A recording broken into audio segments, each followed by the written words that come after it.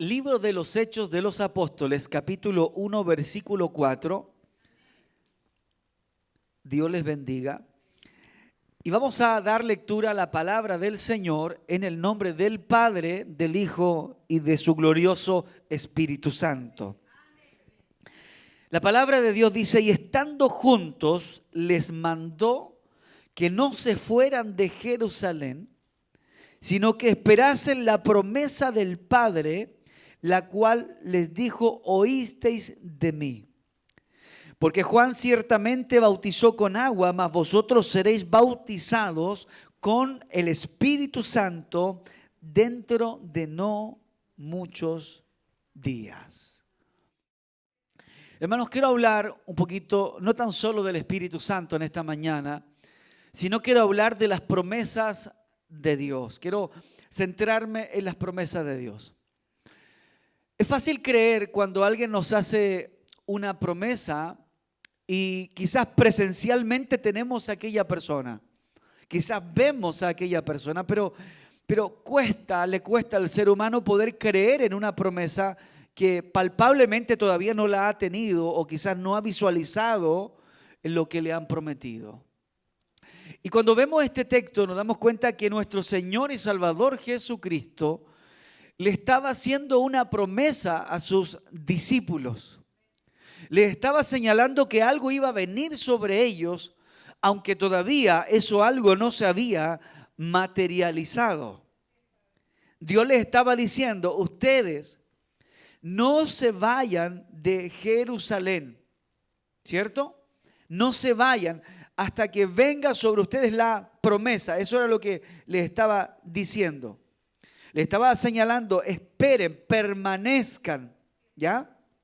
Esperen para que la promesa hecha por el Padre venga sobre ustedes. ¿Por qué? Porque, hermanos amados, había una promesa de que Juan había bautizado en agua, más una vez que la promesa viniese, la promesa del Espíritu Santo viniese, ellos serían bautizados en Espíritu Santo y fuego.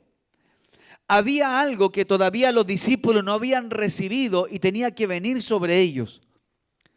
Todo el conocimiento que los discípulos habían adquirido no era suficiente para la obra y para lo que Dios les había encomendado, para lo que Dios iba a pedirles que hicieran. Ellos necesitaban una capacitación divina. Hermanos, la obra de Dios no se puede hacer desde un punto de vista teológico solamente. No se puede cumplir el propósito de Dios en nuestra vida solamente desde la perspectiva del conocimiento.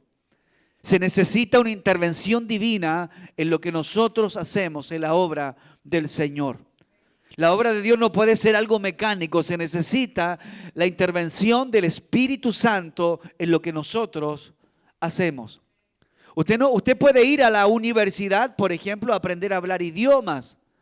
Y aún muchos hoy día aprenden a hablar lenguas humanamente. Muchos aprenden en algún lugar del mundo, y lo hemos oído en testimonios, a interpretar lenguas humanamente. Algunos aprenden a danzar en la carne y a danzar humanamente. Todo eso es humano. Pero necesitamos la intervención divina del Espíritu Santo en lo que hacemos, si no nos convertiremos solamente en una iglesia mecánica, una iglesia rutinaria, una iglesia religiosa, una iglesia que todo lo hace aprendido y no le estamos dando el espacio a Dios a través del Espíritu Santo. Entonces, ¿qué es lo que hace el Señor? Estando juntos les manda que no se fueran de Jerusalén, sino que se quedasen allí, porque ellos serían bautizados en el fuego y en el Espíritu Santo de Dios. Ellos tenían que creer lo que Dios les había dicho. Ellos tenían que esperar, ellos tenían que tener paciencia. Y si hay algo que le cuesta al ser humano tener es paciencia. Nos gusta todo que sea rápido. Quizás alguien me está escuchando y dice: pastor, diga rápido lo que tiene que decir y ojalá tarde ese poco tiempo porque tengo cosas que hacer durante el día. Nos gusta todo rápido, pero el cumplimiento de la promesa para estos discípulos requería fe y requería paciencia. Y yo le pregunto en esta mañana, yo no sé si Dios le ha prometido algo a usted. Yo no sé si Dios ha dicho algo que va a hacer con usted o a través de usted. Pero para que aquello se cumpla se requiere fe y se requiere paciencia en la palabra de Dios, paciencia en lo que Dios te ha ministrado a tu corazón, paciencia en lo que Dios por medio de la exhortación de su palabra o en la revelación del sueño de la noche o a través de un hombre ungido de Dios que te ha profetizado, te ha dicho que va a hacer, se requiere paciencia y fe. La fe es tremendamente importante para poder ver materializado lo que Dios nos ha dicho que va a hacer. El libro de los Hebreos dice claramente que sin fe es imposible que usted y yo podamos agradar a Dios, porque sencillamente aquel que se acerca a Dios debe creer que le hay y que Dios es un galardonador de aquellos que le buscan. Si usted viene en esta mañana a este lugar, usted viene porque sabe que Dios le va a bendecir. Usted viene porque sabe que Dios es real. Usted viene porque usted sabe que usted no va a salir como usted llegó. Usted se va a ir diferente, se va a ir transformado, se va a ir bendecido, se va a ir con una palabra de Dios en su corazón y en su vida. Usted tiene fe, por eso ha venido. Bendito es el nombre del Señor. Alabado es el nombre del Señor. Cuando miramos esta figura de la fe y esta figura de las palabras que Dios le dice a sus hijos, no tan solo la encontramos en el Nuevo Testamento, sino también encontramos una referencia muy importante en el Antiguo Testamento. Y quiero solamente citarlo ahí para complementar lo que estamos hablando. En el libro de Josué, en el Antiguo Testamento, en el capítulo 23, centrándonos en el verso 14, dice: y he aquí que yo estoy para entrar hoy por el camino de toda la tierra. Reconoced pues con todo vuestro corazón y con toda vuestra alma que no ha faltado, dice, que no ha faltado una palabra de todas las buenas palabras que Jehová vuestro Dios había dicho de vosotros. Todas os han acontecido y no ha faltado ninguna de ellas. Lo que está diciendo Josué en este capítulo y en este versículo es que Dios todo lo que había dicho que haría en su pueblo y a favor de su pueblo, lo cumplió. Lo cumplió. Todo lo había cumplido. En este contexto de Josué, lo único que Dios le había pedido al pueblo para que Dios estuviese con ellos, escuche que hay algo importante, para que Dios les cumpliera las promesas, para que Dios les diera la victoria y para que Dios materializara todo lo que le había prometido a Israel. Josué le dice: lo único que ustedes tienen que hacer es obedecer a Dios. Es obedecer a Dios, es andar en los caminos de Dios, es hacer caso a lo que Dios le ha dicho, que ustedes hagan caso. Y entonces Josué le dice allí: Dios cumplirá lo que Dios les ha dicho que va a hacer. Y ahí les recuerda, y recuerden que Dios no ha faltado a ninguna de las promesas que Él les dijo que Él haría. Entonces a veces alguien dice: pastor, lo que pasa es que Dios todavía no cumple lo que me ha dicho que va a hacer. Aquí hay dos cosas: o todavía no es el tiempo de Dios, o usted está en desobediencia. Porque la Biblia dice que si somos obedientes y caminamos de acuerdo a la palabra, el Señor cumplirá lo que Dios te ha prometido. Yo no sé si Dios te ha hecho promesa, pero Dios me ha hecho promesas a mí.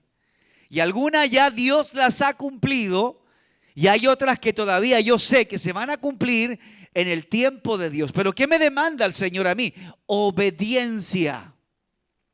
Ahora, lo llevo nuevamente al libro de los Hechos. ¿Qué hubiese pasado? ¿Me está escuchando? ¿Qué hubiese pasado si los discípulos no se quedan en Jerusalén? Había una promesa. Volviendo al contexto del libro de los Hechos, había una promesa de que el Espíritu Santo vendría. Pero ellos tenían que obedecer y tenían que quedarse en Jerusalén y no salir de ese lugar. Yo te pregunto, ¿qué hubiese pasado si ellos no se quedan en Jerusalén? Estarían en desobediencia. No estarían recibiendo el consejo de Dios. Y lo más probable, que la bendición que Dios tenía preparada para ellos quizás no hubiese venido el día que vino. Ahora, ellos no sabían cuándo vendría el Espíritu Santo. Ellos no sabían cuándo se materializaría la promesa que Dios les había hecho, pero Dios sí sabía cuándo vendría. Esto quiere decir entonces que usted y yo no sabemos cuándo el Señor cumplirá lo que Él ha establecido para nuestra vida, pero Dios tiene un día para cumplir lo que Dios te ha dicho que va a hacer. Pero yo debo mantenerme en obediencia a su palabra para que entonces el Señor cumpla lo que me ha dicho. Bendito es el nombre del Señor. Hemos hablado con personas durante años que dicen, Dios me hizo una promesa. Y nosotros le hemos preguntado, ¿y en qué dirección estás caminando? ¿Estás caminando en esa dirección de la promesa que Dios te ha dicho que va a hacer? No, yo estoy esperando que Dios cumpla la promesa. Es como que los discípulos se hubiesen ido a cualquier lugar menos a Jerusalén esperando que el Espíritu Santo viniese. No, ellos tenían que obedecer. Aún el texto de Habacuc nos entrega un principio importante. Escuche, dice en el capítulo 2, versículo 2 al 4, dice, y Jehová me respondió y dijo, escribe la visión y decláralas en tabla para que corra el que leyere en ella. Y dice, y aunque la visión tardare por un tiempo, algunos ya están agotados de esperar la promesa de Dios. Algunos ya no dan más, algunos ya no tienen más paciencia para seguir esperando lo que Dios le ha prometido. Pero la Biblia dice, aunque la visión tardare un tiempo, más se apresurará el fin y no mentirá. Pues aunque tardare, espéralo, porque sin duda vendrá y no tardará.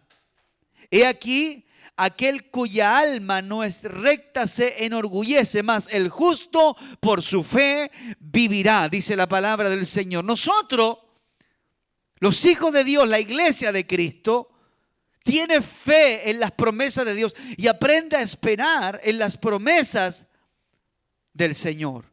Alabado es el nombre del Señor. Ahora, la Escritura dice en el texto de Lucas 24, verso 49, dice, he aquí yo enviaré la promesa de mi Padre sobre vosotros. Lucas 24, verso 49 al 51. Yo enviaré la promesa de mi Padre sobre vosotros. Pero quédense vosotros en la ciudad de Jerusalén hasta que sean investidos con poder de lo alto. Si el Señor en esta mañana apareciera y dijera, yo necesito que ustedes se queden aquí hasta las 3 de la mañana del día lunes. Y ahí empezarían ustedes a mirar el reloj, a mirar el celular, a mirar lo que tienen que hacer.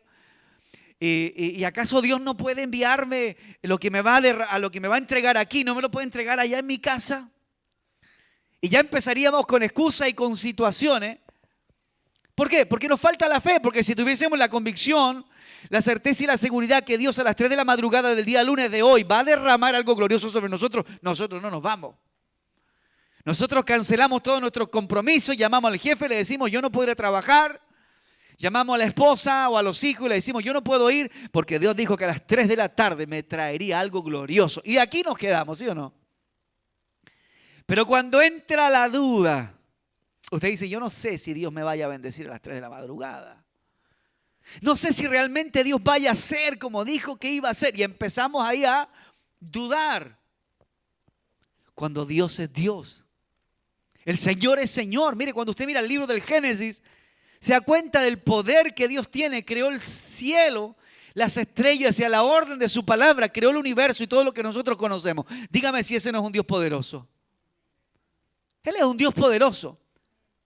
Pero muchas de las promesas no se cumplen por la falta de obediencia y por la falta de fe en lo que Dios nos ha dicho.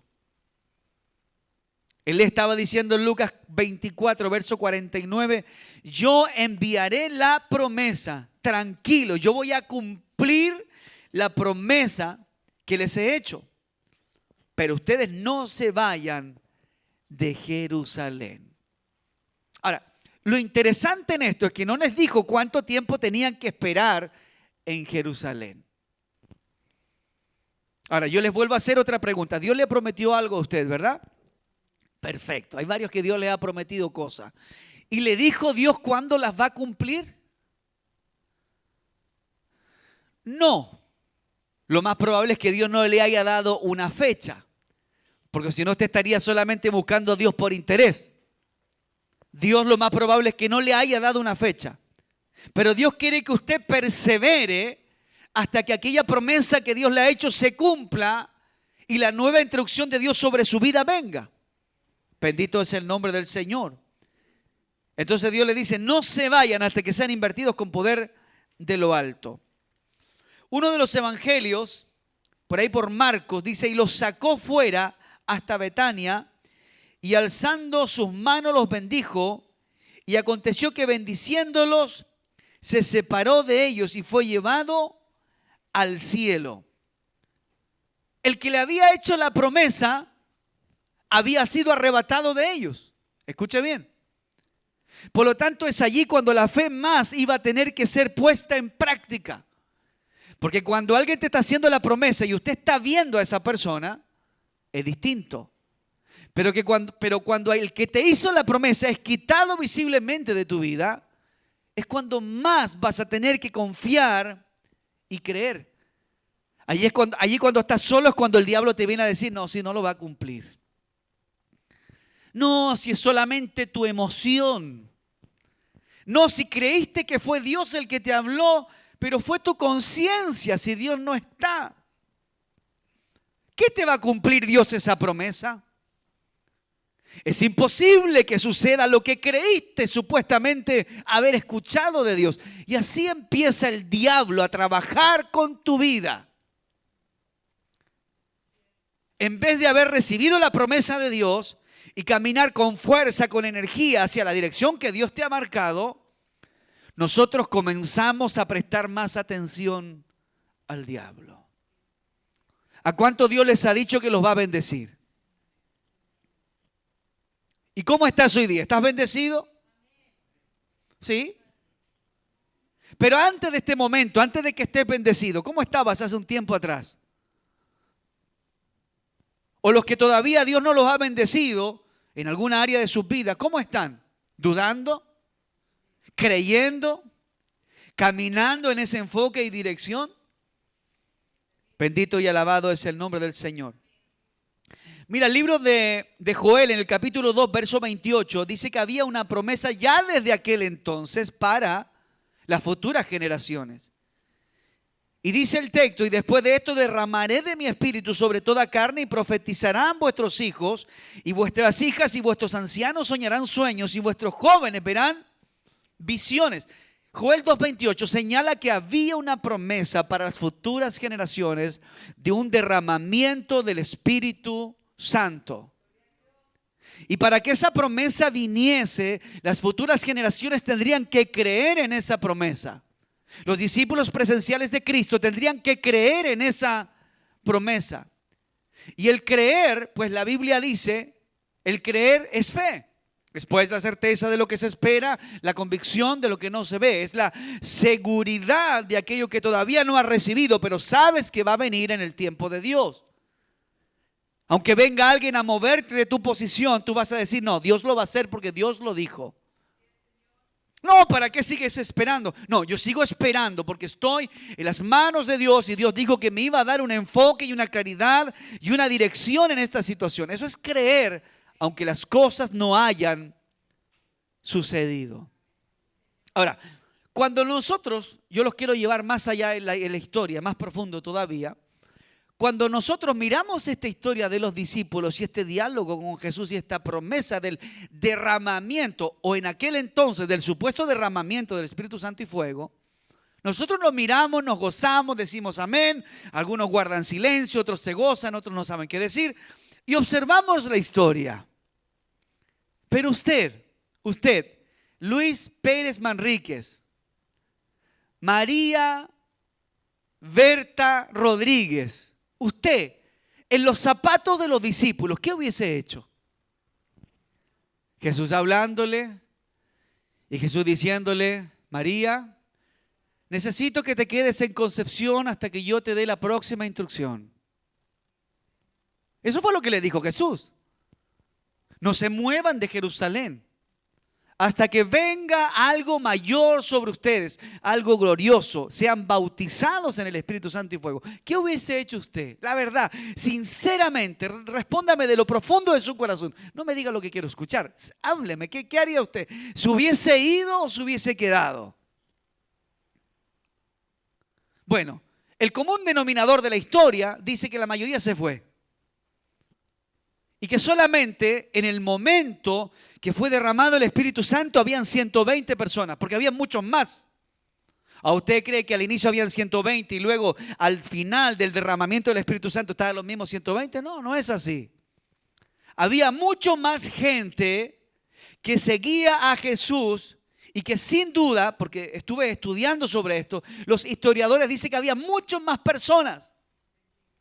Muchas más personas. Pero solamente habían 120 al momento del derramamiento del Espíritu Santo. ¿Por qué se fue el resto? Porque se aburrieron, porque se cansaron, porque no quisieron seguir esperando, porque tuvieron cosas que hacer. A veces nuestras cosas se interponen en lo que Dios nos quiere entregar. A veces usted considera en su vida que sus cosas son más importantes que lo que Dios tiene preparado para tu vida. Y a veces nuestros propios asuntos nos separan de la bendición del Señor. Había más de 120 personas. Sin embargo, solo 120 estaban allí. Algunos señalan que habían alrededor de 400 o 500 personas. Pero el día que se derramó el Espíritu Santo, solo quedaba un grupo pequeño. Entonces usted me oye y dice: pastor, yo me hubiese quedado. Jesús me dice: quédate en Jerusalén. Yo me hubiese quedado. Venía un tiempo de fiesta, venía un tiempo donde venían gente, venían turistas, los judíos volvían a Jerusalén. Yo me hubiese quedado. ¿Pero cuánto tiempo? ¿Cuánto tiempo? ¿Un día? ¿2 días? ¿3 días? ¿1 semana? 2 semanas, 1 mes. Y después usted empieza rápidamente a pensar: es que no puedo estar aquí mucho tiempo porque esto sería perder el tiempo y hay que hacer algunos negocios. Tengo un señor que me venía a comprar unos camellos. Y si usted hubiera sido pescador, usted hubiera dicho: estoy perdiendo varios días de pesca. Y si hubiese sido una persona que cuidaba ovejas, usted hubiese dicho: bueno, mis ovejas me necesitan. Y hubiésemos empezado en nuestra humanidad a pensar todo aquello y quizás hubiésemos sido uno de aquellos que se fue. Pero sin embargo, los que se quedaron eran hombres que estaban dispuestos a renunciar a sus deseos carnales y terrenales y estaban dispuestos a esperar lo que Dios les había dicho que derramaría sobre ellos. Hermanos, la renuncia Dios la premia. La renuncia Dios la recompensa. Bendito es el nombre del Señor. Por eso yo le digo en esta mañana: nunca pienses que cuando haces algo en la obra de Dios es una pérdida de tiempo. No es así. No es así. Para muchos que miraban quizás a los discípulos en el aposento alto, pensaban: ellos pierden el tiempo, son fanáticos, llevan días, llevan horas, están reunidos ahí esperando y tratando de hacer algo cuando allí no hay nada extraordinario. Allí no hay nada sobrenatural, no hay nada que ver, no hay ningún santo, ningún mono colgado, no hay nada. No sé por qué están reunidos allí, están perdiendo su tiempo. Para la gente que miraba las cosas con los ojos de la carne, aquellas personas reunidas en el aposento alto, sí, perdían el tiempo. Para ellos perdían el tiempo. Pero quienes estaban en el aposento alto y tenían la convicción en su corazón de que Dios era fiel, que Dios era verdadero y que si Dios les había dicho algo, Dios lo iba a hacer, para quienes estaban en el aposento alto, era una oportunidad para ver la gloria de Dios. Cuando usted lo ve levantarse en la mañana para venir al culto, ¿qué le dicen? ¿Y a dónde vas a entumirte? ¿No te dijeron que va a llover este fin de semana? si hace tanto frío, hay cosas que hacer. Así nos dice la gente que ve las cosas desde una perspectiva humana. Pero quienes tienen puesto su mirada en Dios, quienes tienen puesto su mirada en las promesas que Dios les ha hecho, el venir aquí, el escuchar una prédica, el escuchar un mensaje, el orar, el buscar a Dios, es la oportunidad para ver la gloria de Dios en sus vidas. La Biblia dice que de repente vino un estruendo. Y el estruendo, que fue el inicio de lo que comenzó a pasar allí con el Espíritu Santo en aquel lugar, vino a la hora que ellos no pensaron. No pensaron. No sabían cuándo iba a venir, pero de repente vino. ¿Qué significa eso? Que Dios cumplió. Significa que Dios cumplió a la hora que ellos no esperaron. Dios cumplió sus palabras, su promesa que le había hecho a ellos. No solamente la promesa que Joel 2:28 señala, sino que la promesa literal que Jesús le dijo a sus discípulos, le había dicho, Dios cumplió. Ellos no sabían cuándo, pero sabían que Dios lo iba a hacer. Dios estaba allí recompensando su paciencia, trayendo un premio a su espera y a su perseverancia y a la convicción de su corazón. Dios cumplió. Y vino un estruendo poderoso. Bendito es el nombre del Señor. ¿Y qué trajo este estruendo sobre los creyentes? Trajo poder, trajo autoridad, trajo fe. Cuando estos hombres que estaban reunidos vieron que lo que Dios les había prometido se cumplió, esos hombres se fortalecieron en su fe. Dijeron, oye, ¿te diste cuenta? Dios fue fiel. Dios fue fiel, Dios no nos engañó, Dios no nos mintió, Dios dijo e hizo lo que dijo. Cuando Dios le promete algo a usted y Dios lo hace, ¿cómo está tu fe? ¿Cómo te sientes en tu fe?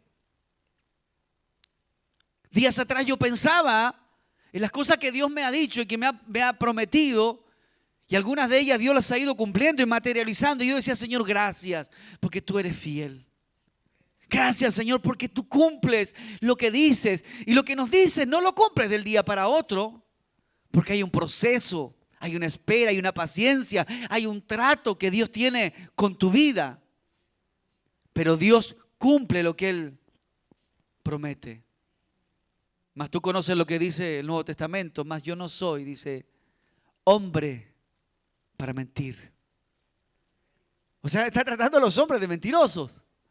Pero ¿por qué es verdad? Porque los hombres fallan, los hombres mienten. ¿O usted nunca ha mentido? Cuando usted le dijo a ese amigo, mira, yo a las 3 de la tarde voy a estar ahí. ¿A qué hora llegaste? A las 3:05, 3:10, 3:15, 3:20. Mañana voy. ¿Y fuiste? El Señor dice, yo no soy hombre para mentir. Y tampoco soy un hijo de hombre para arrepentirme de lo que yo he dicho. Cuando el Espíritu Santo vino entonces el día de Pentecostés y la promesa se cumple, se materializa sobre estos hombres, ese Espíritu Santo trajo autoridad. ¿Cuántos saben eso? Trajo denuedo. Trajo la unción de Dios y la unción que estaba en Dios sobre ellos. El estruendo de este viento recio trajo poder. Y con el poder vino el respaldo de Dios, vinieron los milagros. Con el Espíritu Santo los discípulos vinieron las señales y vino la autoridad de la palabra en ellos. Vino la credibilidad al mensaje que ellos estaban predicando. Y se transformaron en ejemplos y comenzó en ellos a suceder cosas inexplicables. Bendito es el nombre del Señor. Las maravillas de Dios comenzaron a verse a través de los discípulos. Las maravillas de Dios se manifestaban a través de los discípulos. Ellos fueron fortalecidos, se llenaron de ánimo. La oposición desapareció para ellos. Y lo que era imposible para estos hombres comenzó a ser posibles. Y Dios comenzó a través de estas personas llenas del Espíritu Santo a traer la salvación a otros, y otros también recibieron el poder de Dios. Pero hubo un precio que pagar. Ese precio fue la fe, fue la seguridad, la convicción, la certeza de que Dios haría como Él dijo que haría. Alguien dijo: después de la guerra son todos generales. Pero hay que estar ahí, hay que estar en el campo de batalla. Hay que estar luchando con la mente, hay que estar luchando con nuestra carnalidad, hay que estar luchando con nuestro carácter, con nuestro yo, con todo aquello humano que nos dice: ¿para qué tanto? ¿Para qué tanto esfuerzo? ¿Para qué tanto sacrificio? ¿Para qué tanto esperar? Ellos lucharon con todo eso. Y Dios les dio lo que les había prometido. ¿Tú crees que bebiendo en una cantina vas a alcanzar lo que Dios te ha dicho que alcanzarías? ¿Tú crees que quedándote en casa un día de culto vas a alcanzar lo que Dios dijo que te daría? ¿Tú crees que llenando tu cabeza todo el día con la internet, con la pornografía y todo aquello que alimenta solo tu carne, vas a alcanzar lo que Dios dijo que te entregaría? ¿Tú crees que alimentando tu mente, tus oídos y tu conciencia con música que no enaltece a Dios, sino que solo satisface tus deseos terrenales y carnales, tú crees que alcanzarás el cumplimiento de lo que Dios te prometió? ¿Tú crees que viviendo como el mundo vive, el Señor cumplirá en tu vida lo que dijo que haría a través de ti? ¿O acaso tú piensas que si los discípulos se hubiesen puesto a comer, a beber, a bailar, a hacer negocios y todo lo demás, tú crees que los discípulos hubiesen sido llenos del Espíritu Santo? No, claro que no. Pero estos hombres comenzaron allí a orar, a cantar, a buscar el rostro de Dios. Comenzaron a buscar el reino de los cielos en ese lugar y enfrentaron todo deseo carnal y lo tiraron por tierra con tal que la voluntad de Dios se hiciese en ellos. Y cuando la carne se rebelaba, el espíritu era más fuerte y derrotaba la carne. ¿Y tú crees que Dios no vio eso?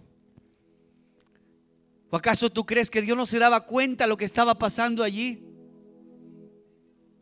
Por eso cuando Dios vio la actitud de estos 120 hombres, 120 personas, 120 seres humanos que habían allí, no habían solo hombres, habían hombres y mujeres. Cuando Dios vio eso, Dios se gozó y se deleitó en el cielo sin duda y mandó lo mejor de Él. Su poder, su presencia, su gracia, su autoridad, su Espíritu Santo. Los llenó. Los llenó, pero no fue así como, ay, sentí al Señor. No, los llenó. Y cuando el Señor te llena, te transforma. Quema toda acción de la carne, todo pensamiento mundano, todo deseo terrenal, todo materialismo, toda influencia del diablo. El Señor la quema cuando Él te llena con su presencia. El Señor los llenó. Los que estaban en la carne no entendían lo que pasaba. Dice que dijeron, oye, estos están borrachos, estos están llenos de mosto, estos están ebrios, porque tiene que haber sido tan glorioso lo que sucedió allí. Estos están ebrios. Mas tú y yo sabemos por la palabra que no estaban ebrios, sino que estaban llenos del poder del Espíritu Santo. Cuando Pedro dice que sale de aquel lugar y se pone en pie frente a las personas, dice que habían 3,000 almas que lo escucharon.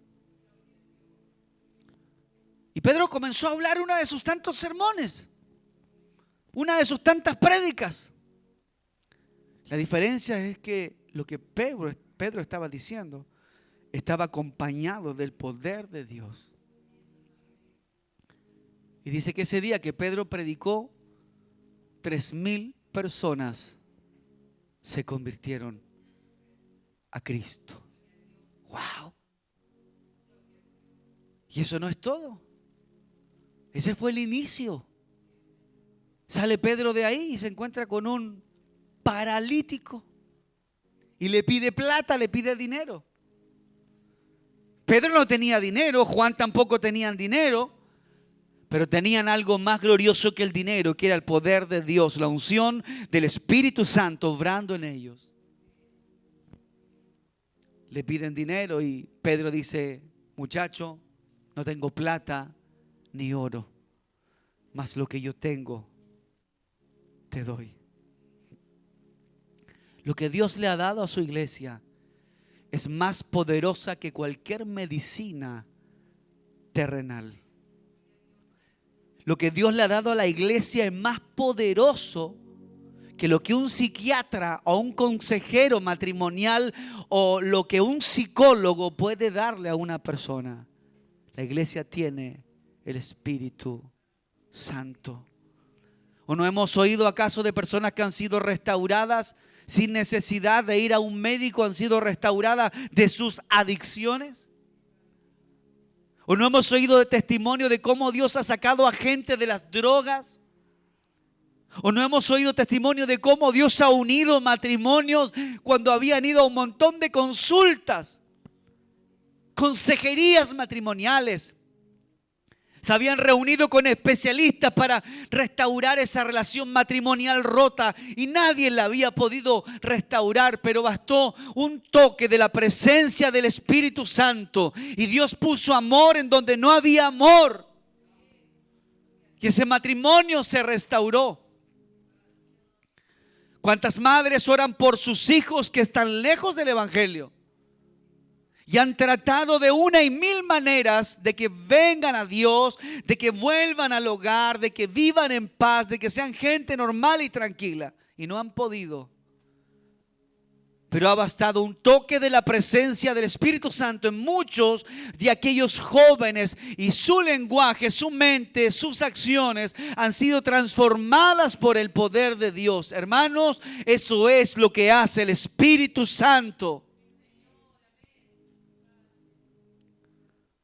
Por eso nunca permitas que en tu mente vengan pensamientos como: ¿será que Dios lo puede hacer?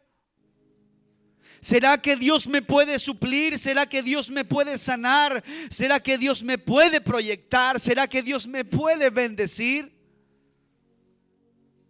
Pues para el que cree, todo le es posible. Debemos anhelar la presencia de Dios. Debemos anhelar la llenura de Dios. Debemos pedirle al Señor de su Espíritu Santo. Debemos pedirle al Señor fuerza y fe y paciencia para mantenernos firmes en la espera del cumplimiento de sus promesas. Porque el que te hizo la promesa no fue un hombre. El que te hizo la promesa no fue un familiar, fue Dios. Y si Dios dijo que algo haría con tu vida, Dios lo va a hacer. El Señor lo va a hacer. Dios lo va a hacer. Póngase de pie en esta mañana. Bendito es el nombre del Señor.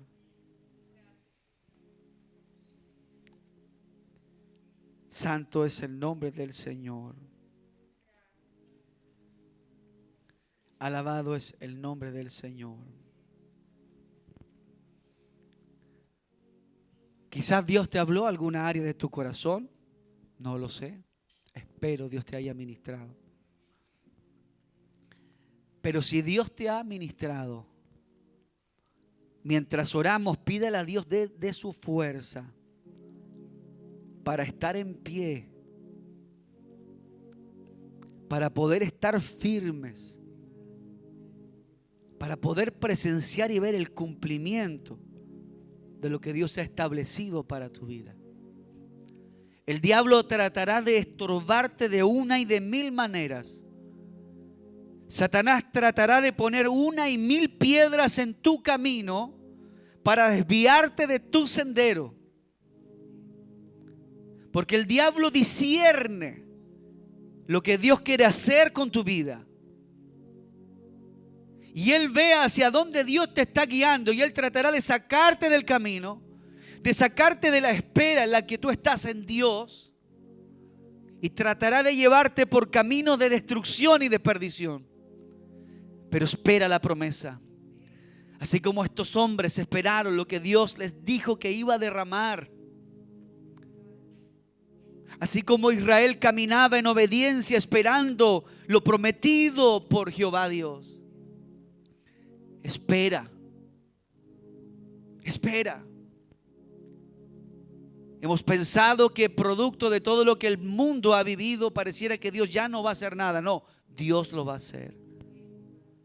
Padre, te damos gracias en el nombre de Jesús por lo que hemos podido compartir, Señor, de tu palabra.